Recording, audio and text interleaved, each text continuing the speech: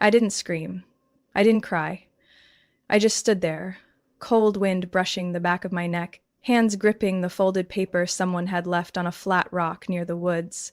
The black ink had bled slightly from the morning dew. The handwriting was messy, but clear enough for every line to feel like a claw scraping my chest. Let's see if she can survive a little wilderness adventure. Below it, Madison's star-shaped bracelet lay on the grass, glinting silver. She knew. They all knew. They left me. If you've ever had to choose between your dignity and your family, leave a comment, hit like, share this story, and follow the channel so you won't miss what's coming next. I'm Genevieve, 32, a lab assistant at a public high school in Flagstaff, Arizona. The only child from my mother's previous marriage, I used to think if I stayed quiet long enough, behaved well enough, maybe they'd learn to love me. But when the SUV vanished behind the pine trees and left me alone in the Oregon wilderness, something settled in my gut. Some people will never love you, no matter how much you bend. 4 days ago, 12 of us squeezed into 2 vans for a summer trip. They called it a family tradition. I called it 3 days of deliberate erasure. I was the one who bought the groceries, packed the bags, sorted the gear, and still ended up in the back seat beside a busted speaker and someone's suitcase that reeked of gym socks. Smile a bit, Jen. Madison turned from the front seat, casually live streaming. It's family time, supposed to be fun. I pressed my lips together. Any response would be recorded and turned into a snarky caption on her Instagram. Last year she made a reel of me titled, "When You Raise the Stepkid and the Maid in One." It got over 13,000 likes. I wasn't anything special, just the quiet one carrying plates, doing dishes, disappearing without fuss. When they laughed at childhood stories, I sat silently. I wasn't in those memories. I didn't count as from the beginning.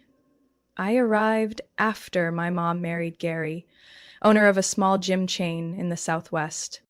It'd been 3 years since I moved back in after getting laid off from the research lab. I said it was temporary. They treated it as permanent. I became the babysitter, the cleaner, the one who made things easier, especially for Madison, my half-sister, who was working on her brand as a minimalist lifestyle influencer. This year's trip was Gary's idea. Nature heals fractured souls, he said while slicing grilled chicken like it was a negotiation. I just nodded. No one asked if I wanted to go. The first 3 days were a copy of every past trip. Madison hogged the front seat for filming. Gary drove like he was escaping a quake. My mom, Eleanor, sat quietly, smiling, eyes never once meeting mine. On the 3rd night, after a dinner of camp stove chili while I was scrubbing pans, Gary asked me to fetch more firewood. There's a pine patch about 15 minutes out. You think you can handle that? I looked up, seeking my mom's eyes. She looked away. Go ahead, Genevieve, she said, voice flat like dishwater. Everyone's tired. I grabbed the flashlight and walked. No arguing, no asking why no one came with me, no reaction when Gary muttered, "Let's see if she can do at least that right." The trail was pitch black. I remember picking up sticks, crunching over damp leaves, flashlight flickering. There were bugs, wind, a strange sense the trees were watching. When I came back, the campsite was empty. No fire, no chairs, no tents, not even a single backpack left behind. The ground was smooth, faint tire tracks heading toward the dirt road. Then I saw the note on the rock next to Madison's bracelet. It wasn't dropped. It was placed. I sank to the ground, arms still full of wood. The sun hadn't fully set, but cold was already crawling up my spine. I didn't scream. I didn't cry. Just sat there, remembering 7th grade, locked out of the house for forgetting to fold my blanket, being denied the art team because my mom was too tired to sign the form, Madison tearing my sketchbook, filming it, calling it a lesson for dreamers. I stayed there until it was fully dark, the flashlight dimmed, my jaw ached from shivering. I curled up, hugging my knees, face buried in my elbow. "Not going back," I whispered, only the trees heard. "I'm not someone you abandon for sport." I didn't know that was just the beginning. I woke up while the sky was still gray with mist. The ground was cold, pressing into my spine. My jacket was sticky with sap, hair matted, the smell of smoke still faint on my sleeves. A quiet reminder I'd truly been left. No cars, no laughter. Just a lone bird call and the wind threading through branches like mockery. I stood, lightheaded from hunger. My ankle throbbed with the first step. But I didn't stop. There was no reason to stay and wait. Who returns when they were the ones who left? The trail sloped downhill, winding through firs and gray stone. I didn't know where I was headed, only that I couldn't stay. By midday, I reached a stretch of asphalt cutting across the woods. No name, no signs. I waited almost 2 hours before an old pickup truck slowed down. "Name's Roy," the man said, silver buzz cut, worn striped shirt. "You all right?" I nodded, then shook my head. My voice cracked. "I need the nearest town." Roy didn't press. He opened the passenger door, turned the radio to soft country, and drove without a word, like I was just another hitchhiker, nothing more. I appreciated the silence. The first town had a gas station, a pie shop, and a post office the size of a phone booth. I used the landline, but didn't call my mom. Or Gary. None of them could help me. I called someone I hadn't dared think about in over a decade. Robin. I still remembered her exhale when she picked up. My throat tightened. "I'm near Veneta, in Oregon." "Wait right there," she said. "You don't belong to them anymore." Robin lived in a cedar cabin just outside Bend, about 20 minutes from town. She picked me up in her old Jeep, the engine rattling like my heartbeat. The cabin had a slanted roof, cracked windows that breathed with the breeze. Nothing fancy, but no one looked at me like a burden. She didn't ask what happened, just gave me a blanket, a mug of tea, and said, "If the cats snore, just push 'em off. They won't mind." I slept for 2 days straight. When I woke, my body ached, mouth dry as paper. But for the first time in years, I didn't hear medicine's mocking laugh or Gary grumbling, just bird song, a bubbling creek, and the faint smell of baking. The next morning, Robin left a note on the kitchen table. It listed part-time job openings, a watch shop, a co-op market, a wood shop. "No spas," she wrote, "but work heals more than sulking." I picked the organic grocery on the edge of town. Low pay, early shifts, but no one called me a burden. Cynthia, the manager, smiled with her whole face, and always remembered my name. "Jen, you've got careful hands," she said, watching me line up honey jars. I smiled back. I met Travis when he came to fix the delivery van. He didn't talk much, just nodded when we crossed paths, amber eyes shining under his ball cap. Every morning he greeted me with a quiet, "Morning, Genevieve." Not "sweetheart" or "hey you," just my name, as if it mattered. At first I thought he was just polite. Then, one sleepy morning, he set a thermos on the counter. "Coffee," he said, eyes not quite meeting mine. "You looked tired." I held the bottle, my hands trembling slightly. "Nothing much. Someone once brought me coffee when I needed it. Now it's my turn." It wasn't flirting, it was kindness. I found myself gripping the coffee tumbler tighter than necessary, as if I was holding on to something I hadn't felt in a long time. That night, I opened my old sketchbook again. The first page still had a faint graphite smudge, an unfinished sketch of a man holding a little girl. My dad. I didn't remember his face clearly, but that hand on my shoulder in the drawing, I had never forgotten how it felt. Steady, gentle, real. I sat by the cabin window, watching moonlight stretch across the weathered wood floor. Pen in hand, I started sketching again. This time, I wasn't trying to prove who I was. I just wanted to hold on to what mattered. I didn't know where life here would take me, but at least I wasn't pretending anymore. Everything started to shift, little by little, from that moment on, and then I accidentally found the secrets Robin had never told me. I found the box on a rainy afternoon, climbing up to the attic to help Robin look for the Christmas lights. She had just called, complaining the old strand from last year got chewed through by mice again. and I wanted to help in a tangible, measurable way, not just do dishes and go to bed early. The attic was low-ceilinged, with warped wood and dust clinging to every breath. I pushed some boxes aside, ducked under a broken rocking chair leg, and spotted it. A brown cardboard box, sealed with old silver duct tape, scrawled across the top in black marker, L. Harper. Return to sender. I didn't touch it right away, just crouched next to it, brushing a thin layer of dust from the lid. My throat tightened for a reason I couldn't name. The handwriting was too familiar. Harper, my father's last name. Lawrence Harper. I carried the box downstairs without saying a word. Robin noticed it while filling the kettle. She didn't look surprised. "So you found it," she said simply, her voice light, like she'd been waiting for this day. Inside were letters, over 30, tied neatly with a piece of twine. The envelopes were yellowed, ink smeared here and there, all addressed to me, Genevieve Harper, from someone named Leah Harper. It took me 3 reads of that name to remember. My grandmother, my father's mother, the woman my mother always called unstable, trouble, and not someone fit to be around. I opened the letters one by one. Some were short notes reminding me to eat breakfast before school. Some had childlike doodles or dried wild flowers pressed between sheets. Some were poems, simple handwritten verses that quietly said, "I miss you," without using those exact words. The letter I couldn't put down was near the bottom. It was dated November, the year I turned 9, the year my father died. "My dear one, if my son is no longer there to protect you, then I will.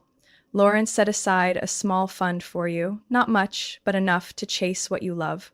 Don't let anyone tell you your dreams are a luxury. If you're reading this, I hope you find it before your mother spends it. Love, Grandma Leah." I sat there for a long time, hollow, like I'd fallen into a space where truth had been buried too long. "She mailed them all to the house, but they were returned," Robin said when I looked up. "She called, wrote, and finally sent them to me when there was no other way. I kept them. I couldn't throw them out." I didn't ask why Robin never gave them to me sooner. Maybe she had asked herself the same thing over the years. All I knew was, for the first time in a long time, I could feel a piece of my story, a piece that had never been acknowledged, starting to take shape. That night, I brought my old sketchbook to the kitchen table and flipped to a near blank page. The pencil shook slightly in my hand as I began to draw my dad's face. I didn't remember every detail, but I remembered the eyes. Deep brown, a little tired, and the half smile like he was trying not to laugh. I drew him sitting on a wooden stool, brush in hand, in front of an unfinished canvas. The painting within the painting was still blank, and I imagined it to be a portrait of me. Not yet started, not yet forgotten. Before going to bed, I placed the drawing under my pillow.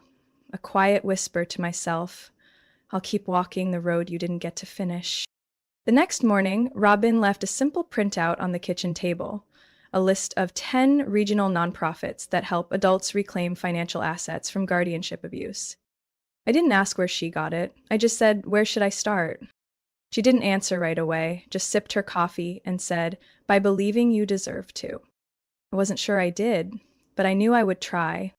And I didn't yet know that the past wasn't done. It was circling back, with more than just old letters. I hadn't even sent anything to the places on Robin's list yet when the past came knocking on its own. It was a June night, close to midnight, when the phone rang. The screen lit up with an unknown number. I sat still in the old kitchen chair, the light still on above the stove, because I was halfway through making toast for the next day. I was going to ignore it. But my thumb brushed accept. "Genevieve," a man's voice, low and tense. "This is Dylan Reeves." I frowned. The name sounded warped from some high school memory. Dim, but not unfamiliar. "I'm Gary's son, from his first marriage," he continued, like he knew I was reaching through the fog. "I know what he did to you. I've got a story, too." I said nothing. The night seemed to hold its breath with me. Kicked me out at 17, said I stole. I didn't. No one believed me. Still silence from me. You need to know what he did with your trust fund, Dylan went on. I have documents, proof, if you want to see. I set the phone down on the table, hit record. My voice was flat. Why call now? Because I saw your name in the local paper. That article about you and Ben at the organic grocery store and a photo. I gripped the rim of my water glass. And you think you belong in that story? No, he said softly.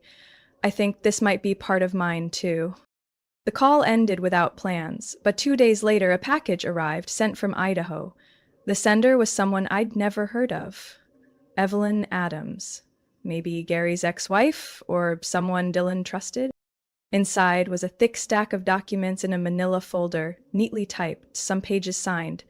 Bank records, wire transfers, and trust management forms for something called the Harper Family Fund, all bearing Gary and my mother's signatures. They had legally drained the fund, starting when I was 16, under the label of minor financial management. The way everything was presented, cold, clinical, it was clear they never thought I'd find out. Or, if I did, I'd never act. That afternoon, I brought the file to Robin. She flipped through each page, eyes narrowing, fingers stiff around the edges. At the final page, she pushed the folder toward me. What do you plan to do? I didn't know. My head was blank, but my chest felt heavy, like all those pages were pressing down on me. I didn't cry. I didn't rage either. There was only one clear feeling. I had been robbed, not of money, but of opportunity, of trust, of time. That night, I didn't sleep. I sat in the living room, the warm yellow glow from the kitchen lights spilling across the floor. On the table was the drawing of my father, painting an unfinished canvas. I looked at the hands in the sketch, his hands, then mine, and wondered if I would have been different if he'd lived. Maybe. But he was gone, and I was still here. The next morning, I splashed my face with water so cold it numbed my skin. As I stepped out of the bathroom, I started listing what needed to be backed up. Documents, scans, legal forms. I wasn't thinking ahead to lawsuits. I just wanted everything preserved, correct, clear, organized. This time, I would be the one writing the story, no longer a character written by others. That evening, Travis saw me sitting by the printer in the auto shop. He didn't ask anything, just set a paper bag on the table beside me. Inside was coffee and a grilled chicken sandwich. When I looked up, he gave a small nod. If you need help, say so, he said, eyes on the window. If not, I'll just sit here for a bit. I nodded. Then, silence. After he left, I opened my laptop and created a new folder, Harper, The Truth. I didn't know where this story would lead, but one thing was certain. I wouldn't back down. Then an email arrived. Not from Dylan.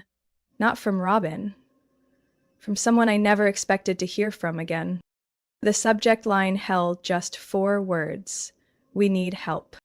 It was from my mother, Eleanor Lancaster. No greeting, no check-in. Just a short paragraph, neatly typed, each sentence clipped, like old dialogue from a play no one wanted to perform again. Madison is in trouble. She's being sued for false advertising on TikTok. Gary, too. Things aren't going well. He lost most of his investment in a crypto project. Our family needs help. After all, we're still blood. I stared at the screen, unmoved. The only emotion rising was a cold stillness. Like standing in a snowstorm, knowing you can't offer anything and no longer want to. I didn't reply. I closed the browser tab and stepped outside, the evening wind through the pines tangling my hair. But it felt good. I wasn't the person they needed. I was just a credit card that hadn't expired yet. That night, I reopened the old box of letters from Grandma Leia. There was one I'd missed, folded at the bottom. She had written it in purple ink, her handwriting crooked but careful. If you're reading this, it means you still have a path back to what is yours. Lawrence left a small fund for you, separate from your mother's control, but to access it, you need to know who to ask. Below that was a name, an email address, and an old phone number written in pen. Margot Eisen, my father's former financial advisor. The next morning, I gave it a try. I wasn't expecting much. On the other end, after several rings and the whir of a fax machine, a woman's voice picked up. Firm, older. "Mrs. Margot," she said. "Who's calling?" I gave my name slowly. At the mention of my father, she paused for a moment. "Genevieve Harper." "I thought you'd been out of contact for years." I gave a brief version of the story, about Robin, about the letters, about being abandoned in the woods, about the trust. Not in anger, just the truth, as it was. She said, "You do have a custodial account at Valley Trust, established when you were 9. Not a large amount, but it's real and untouched." I bit down on my thumbnail at that. Untouched. Which meant at least one part of my dream hadn't been stolen. 3 days later, confirmation papers arrived by mail. That small fund, about $30,000, had sat undisturbed in an account for over 20 years. It wouldn't make me rich, but it was enough to begin something that belonged to no one but me. I printed everything, clipped it into a separate folder, and placed it in the drawer next to my bed. Not to use right away, just to know it was there, like a key. That night, while I was in the little studio out back, hands stained with charcoal dust, Travis showed up with a rolled-up sheet of paper. "What's that?" I asked, watching him pull it from a canvas tote. "Sketch plans to renovate the shed," he said. "I figured if you're really going to draw, you deserve decent lighting and a west-facing window." I didn't say anything, just sat there, holding the draft with both hands. The paper was still warm, the pencil lines deliberate. "You don't need to change anything," I whispered. He scratched his head. "Well, not everyone needs much to get started. Just a space to exist." I nodded. A space to exist. It sounded simple, but it had taken me years to earn that feeling. That night, I lay on the single bed near the window, moonlight filtering through the white curtain. I wasn't thinking about Madison or Mom or Gary. I thought about the man in the sketch, my father, and imagined him sitting beside me, watching me sign my name at the corner of a new drawing. Almost 20 years to write it without trembling. I thought everything was settling until a face from the past appeared on my doorstep. I was wiping down the table in the workshop when I heard a car pull up by the gate. It wasn't Travis's engine. His always rattled like it was trying to preserve dignity. This one was quieter, precise. When I stepped out, the late sunlight cast a golden blur across the dirt path. A silver sedan parked just beyond the fence. The woman who stepped out made my hand clench, the rag still dusted with graphite. Madison.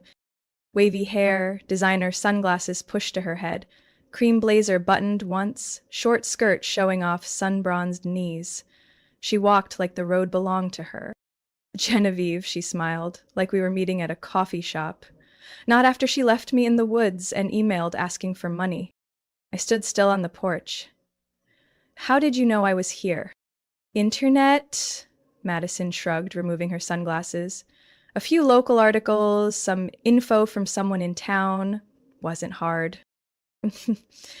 "What do you want?" "Say that." She glanced into the workshop, then back at me. "It's not really something I could explain over email." I folded my arms. "You have 1 minute. Madison pressed her lips together. She wasn't used to limits. "Gary is under investigation for tax stuff and for how he handled the family fund investments. Mom, she's not doing well. Drinking a lot, saying weird things.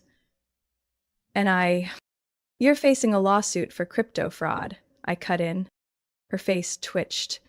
"I just promoted it. I didn't take the money. That was my job. A job that left 18 people with nothing." She didn't answer right away. The wind caught her blazer. She tugged it down, her hand slightly shaking. "I messed up," Madison whispered. "But I wasn't malicious. Things spun out of control." I stepped off the porch, standing in front of her. 3 of those victims were high school students. She went quiet, eyes drifting elsewhere. I saw something flicker behind her gaze. Not quite guilt, maybe just the recognition that she had no way out. "We need you to sign something," she said. "Just confirming you've received your inheritance." That. There's no dispute. They said if you do, the case gets easier. You wouldn't need to give us any money. Just one page. I laughed, short and dry. "You want me to sign off saying I was treated fairly?" "For Mom," she murmured. "She can't take much more." I clenched my hands together, fingertips cold, like they were brushing damp snow. What did my mom say when I was left in the woods? Remember? Madison didn't respond. One call, not a single apology. I stepped back, eyes fixed on her. "Leave my land, Madison," she swallowed. "I know I'm not a good person, but I didn't think you'd be this cold." "It's not cold," I said. "It's clarity. If you've ever been silenced because no one believed you, or blamed for simply speaking the truth, leave a comment.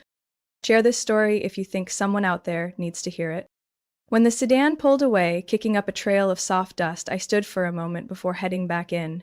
Travis was wiping his hands at the far end of the workshop, watching me like he wanted to ask something but decided not to. "You okay?" was all he said. I nodded. "It's fine if you don't want to talk," he added, setting down the rag. "But I'm here." I stepped closer, leaning gently on the drawing table, looking up at the window where sunlight had started slipping off the wooden edge. "Part of me still wants to forgive," I whispered. "But the rest doesn't want to be someone people think they can manipulate anymore." "Then you're learning how to hold a boundary," he said, "not how to be cold." That night, I sat alone in the studio. I pulled out the folder, took out the acid confirmation paper, the one Madison wanted me to sign. I laid it on the table, pen in hand, almost instinctively ready to sign, then paused. I tore it in half. What I didn't expect was that a few days later, I'd be sitting across from them. Not on my land, but in a place they chose.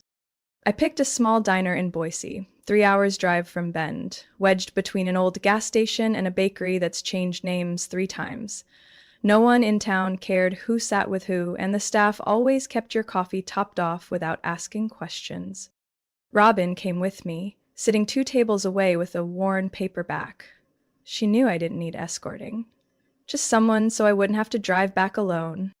When I walked in, Gary was already seated, arms crossed, crisp white shirt ironed to perfection.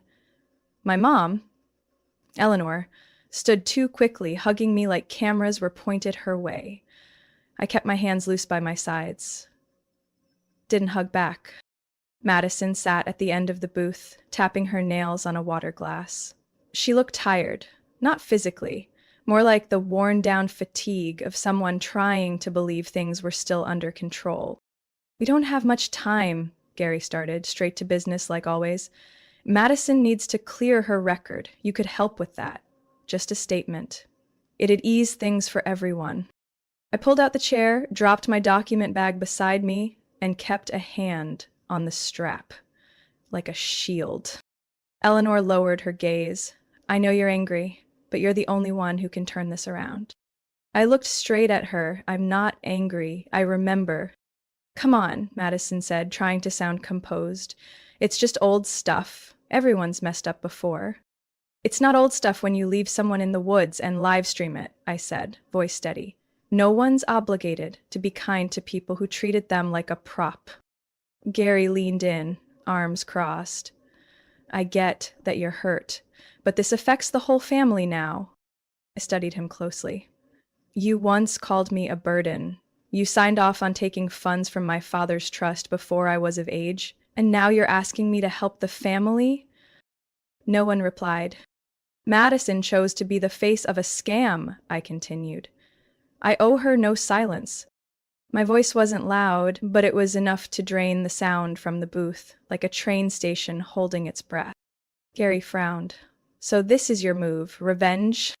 I shook my head. "No, this is a boundary." The air felt dense, like someone was holding the room's breath. Then suddenly the back door of the diner swung open and a woman's voice rang out. "It's not revenge, it's truth."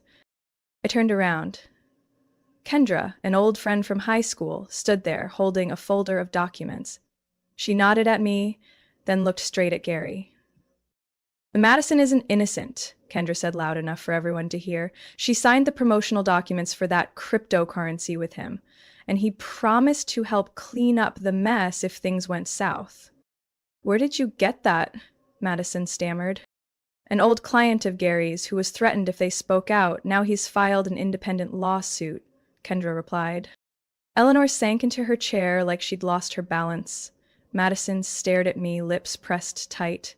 Gary, though his face stayed calm, I saw his hands gripping his glass so hard his knuckles went white. I pulled a small envelope from my bag and gently placed it on the table. This is a copy of the bus receipt from 5 years ago. From the forest where you left me to Ogden, Utah. $18.75. That's what you left me worth. I stood up, saying nothing more. Outside, the rain started falling softly. Robin had slipped away from the table earlier, waiting by the car with her coat ready in hand. You okay? She asked. I nodded, neither smiling nor looking away. You look like you just untied a big knot, she said, opening the car door.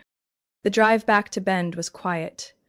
I didn't need to explain to Robin, and she didn't ask. When we got back, I opened the studio door, turned on the light, and saw my father's unfinished drawing on the table. I sat down. My hands didn't shake for the first time. I started finishing what was missing. 3 days after the Boise meeting, I got a call from an unknown Midwest area code. I was organizing my paint palette in the studio when the phone rang. Instinct told me to let it go to voicemail, but my hand still answered. Genevieve Harper? A clear, calm female voice. Yeah. I'm Margot Eisen. I used to work with your father. I set down my brush. I remember your name. You might want to come to Minneapolis. I have some documents Lawrence left for you. He didn't get a chance to officially transfer them, but he wanted you to have them. I lean on the table. What kind of documents? We should meet. I flew to Minneapolis on a Friday afternoon, a cold breeze sweeping in late April, though the calendar said spring. Robin lent me an old leather bag to carry the files. Travis saw me off at the door. Didn't ask much, just slipped a homemade granola bar and a folded note into my bag. You can come back any time. Margot's office was on the 5th floor of a historic building near the old train station. The elevator moved slowly, like chewing over memories. When I entered, she stood up from her desk, tall and thin, silver hair pulled back, plum-colored cardigan with wrinkled cuffs. You look like him, she said, motioning for me to sit. She handed me a small wooden box, light but solid. Inside were legal papers, a short handwritten letter, and a thick envelope with photos. I opened the letter first. Then, if you're reading this, it means I'm no longer with you, but I still want you to have control over what I tried to keep for you. The house by Lake Superior, where you painted your first picture, is held in your name through an independent trust. Your mother doesn't know. Gary doesn't know. Robin might suspect, but I asked her to keep it quiet until you were strong enough to return. I paused, not from emotion, but from a quiet feeling deeper than tears, trust, without needing proof. Margot continued, the house isn't big, but it's intact. Property taxes are paid through this year. You can go there whenever you want. I flipped through the photos in the envelope. A small, grassy yard by the lake, a faded white picket fence, a once peeling wall now covered in green moss. Have you been there before? Margot asked. I remember painting there, but not much else, I said, and said, with just the colors and the light, you'll remember. I flew back to Bend with a Google Maps printout marking Greystone Lake House. When I told Robin everything, she wasn't surprised. She just smiled softly and said, your dad always had a plan. I spent the next week organizing paperwork, moving some of my small fund toward fixing up the house. Travis offered to help, without saying if it was for technical reasons or for me. Probably both. One evening, while reviewing roof repair and electrical plans, I got an email. No clear sender address, just a name. Eleanor Lancaster. Subject: no excuses, just a request. The message was brief. Your sister, no matter what she's done, didn't deserve to be abandoned like that. If you can't forgive me, I understand, but if you still have any love for family, please come. I'm sick, not much time left. I don't need money, I just want to see my daughter one more time. I stared at the screen for a long time, not out of doubt, but because every word echoed something I once wanted to hear but no longer believed. I didn't reply. I shut the computer, stepped onto the porch, and sat on the wooden step outside the studio. The wind was cold but peaceful. I thought about Madison, who hadn't sent anything since Boise. I thought about Gary, probably worried about himself. But when I closed my eyes, I thought about my dad, the man who left a house by the lake so I'd have a place where no one asked, "What have you contributed?" And then, one early morning, I drove out of Bend alone, heading northeast, to where I was once a kid, hands stained with paint, hair dusted by sunshine. I didn't know what I'd find in that house, but I was sure. Something was waiting for me, something never named. The road to Greystone Lake was narrower and more winding than I remembered. Pines thick on both sides, sunlight filtering through the canopy, casting slanted streaks on the asphalt. I drove slowly, partly because everything felt unfamiliar, partly because of something in my chest. Not quite excitement, but not calm either. The house appeared around a bend, standing silent as if it had been waiting for me since the day I vanished from my own life. Gray shingles faded by time, a warped wooden porch, windows coated in a thin layer of dust. But it was still whole. I parked, stepped out, and took a deep breath. The air here was different, colder, but clean, like all the quiet moments waiting to be called by name were still resting. I slid the key into the lock. The door creaked softly open. Inside still smelled of old paint, paper, and dry pine. On the opposite wall was the chalk drawing I made when I was 8, a bright orange fox running through the trees. Dad said it looked like a flame that could run. I sat down on the floor, back against the wall. My hand brushed gently over the chipped paint on the wooden floor.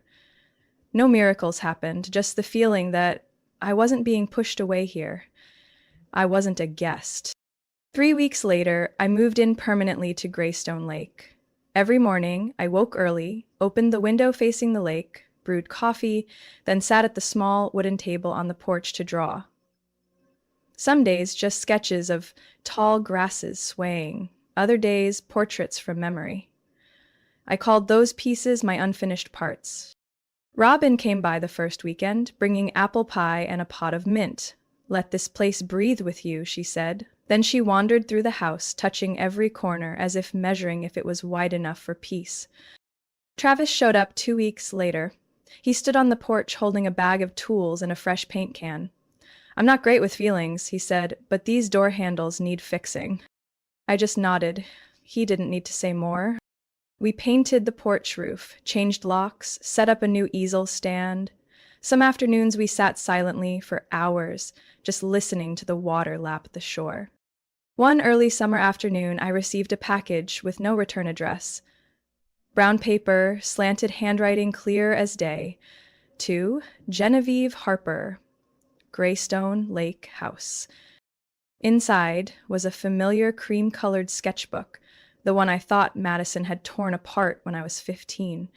The cover was carefully taped, each page laminated for moisture protection. On page 32 was an unfinished sketch of my father, pencil lines incomplete but intact. Along with it was a handwritten note. "No apology is enough, but maybe this should return to the one who made it." No signature. I didn't need to know who sent it. What mattered was that it came back. I closed the studio door, carried the sketchbook into the bedroom, and placed it neatly on the bookshelf. That night, I slept deeply. No dreams, no waking from the echoes of the past. The next month, I officially launched the Harper Boundaries Fund, a small grant supporting girls who have experienced financial and emotional abuse in their families. We don't call them victims. We call them those in transition. The launch was held in the small town hall where free weekend art classes still took place.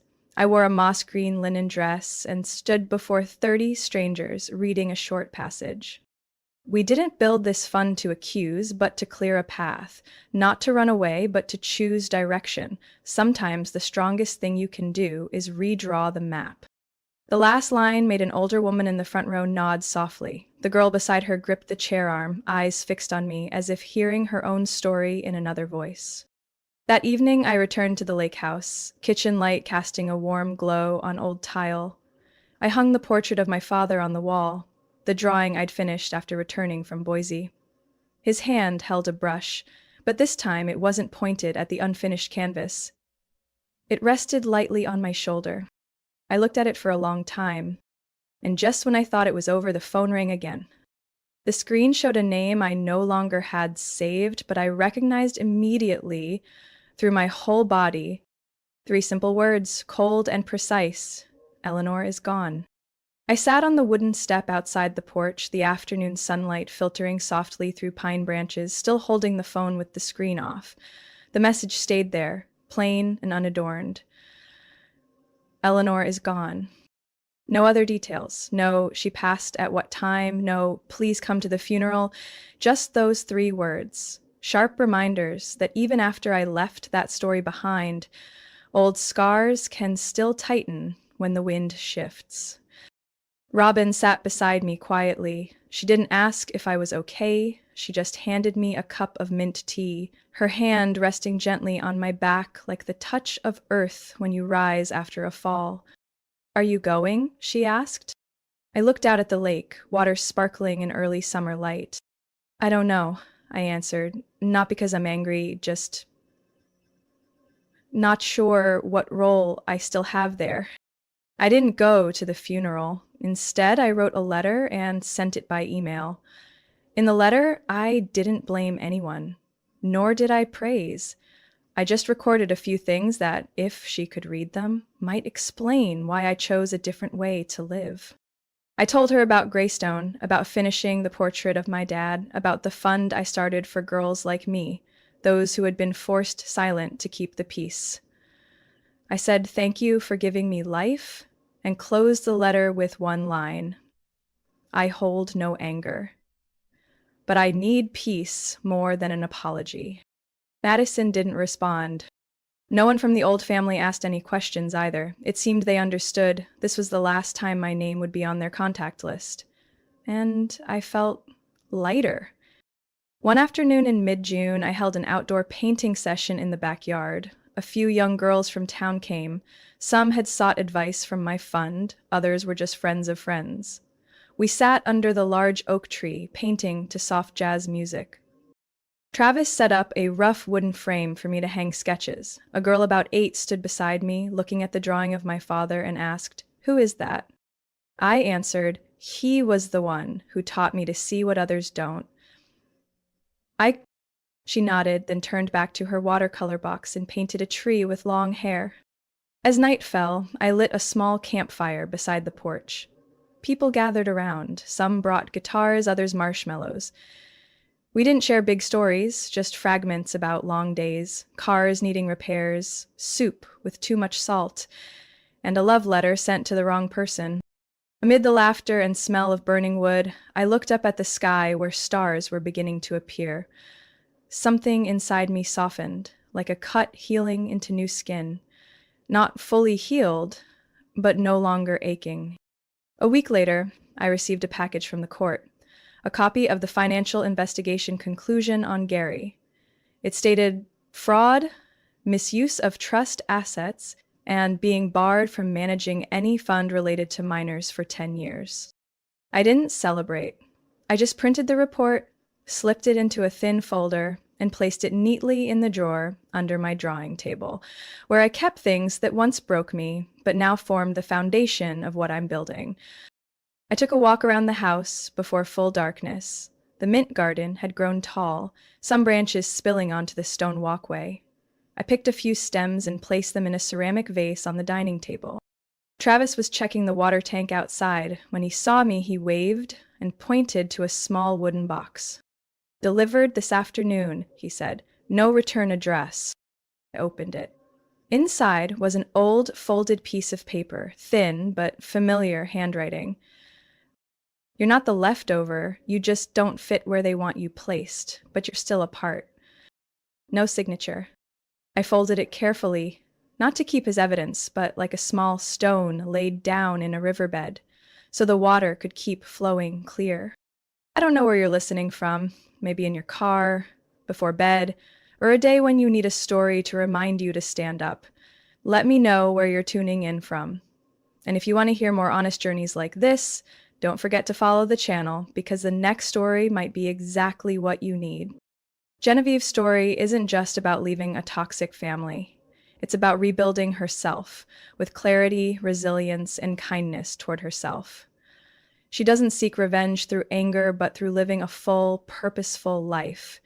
In reality, many still struggle between pain and duty. Genevieve reminds us that love isn't a debt to be paid, and sometimes the strongest thing you can do is take the steps to become your true self.